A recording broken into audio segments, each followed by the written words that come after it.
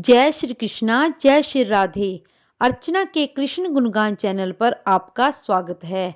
आज मैं आपको श्री सत्यनारायण व्रत कथा का दूसरा अध्याय सुना रही हूँ। सूत जी बोले, हे ऋषियों, जिसने पहले समय में इस व्रत को किया है उसका वृतांत कहता हूँ, ध्यान से सुनो। सुंदर काशीपुरी नगरी में अति निर्धन ब्राह्मण रहता था। वह भूख प्यास से बेचैन हुआ नित्य ही पृथ्वी पर घूमता था।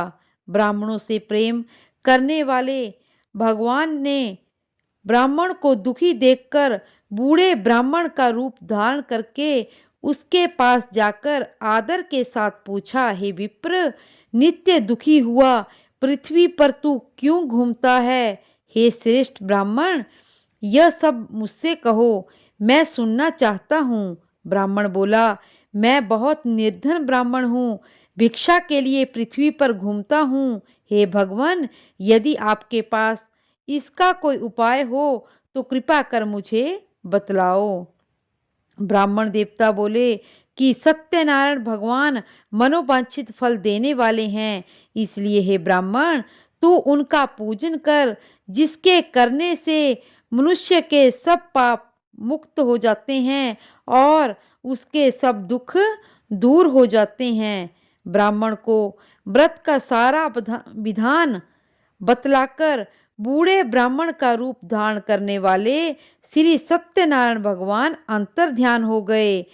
जिस व्रत को ब्राह्मण ने बतलाया है उस व्रत को मैं अवश्य करूंगा, ऐसा सोचकर ब्राह्मण को रात भर नींद नहीं आई। वह सवेरे ही उठकर सत्यनारायण के व्रत का निश्चय करके भिक्षा के लिए चल दिया। उस दिन उसको भिक्षा में बहुत सा धन मिला, जिससे बंधु बांधवों के साथ उसने सत्यनारायण का व्रत किया। उसके करने से वह ब्राह्मण सब दुखों से छुटकर अनेक प्रकार के संपत्तियों से युक्त हुआ। उस समय वह ब्राह्मण हर मास व्रत करने लगा।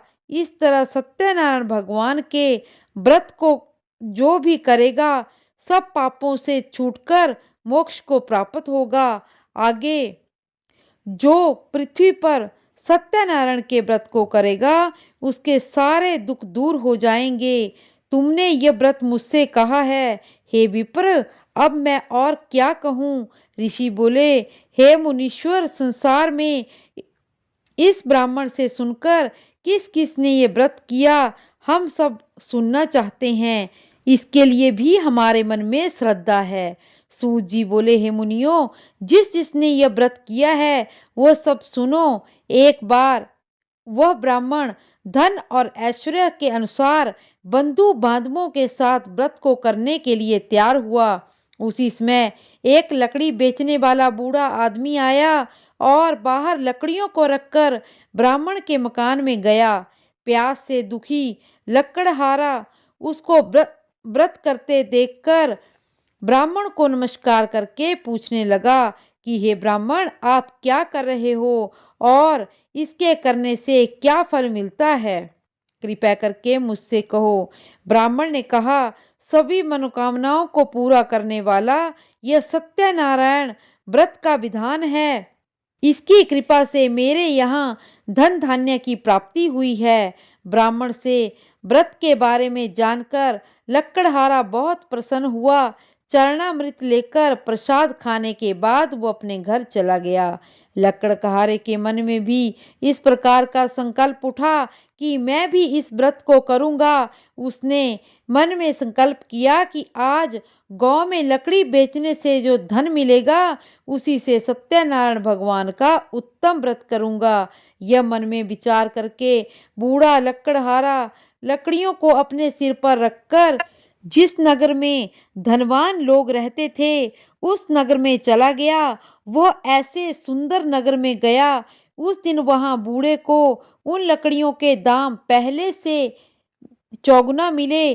तब बूढ़ा लकड़हारा दाम लेकर अति प्रसन्न होकर पक्के केले की कली, शक्कर, घी, दूध, दही, गेहूं का चूर्ण आदि सत्यनारायण भगवान के व्रत की फूल सामग्रियों को लेकर अपने घर आया।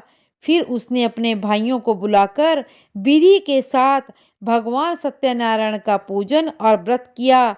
इस व्रत के प्रभाव से बूढ़ा लकड़हारा धन धान्य से युक्त हुआ और संसार के समस्त सुखों को भोगकर बैकुंठ को चला गया। इति श्री सत्यनारायण व्रत कथा द्वितीय अध्याय संपूर्ण। इसी प्रकार सारे अध्याय सुनने के लिए मेरे चैनल को लाइक, शेयर और सब्सक्राइब करें और कमेंट बॉक्स में जय श्री कृष्णा अवश्य लिखें। जय श्री कृष्णा, जय श्री राधे।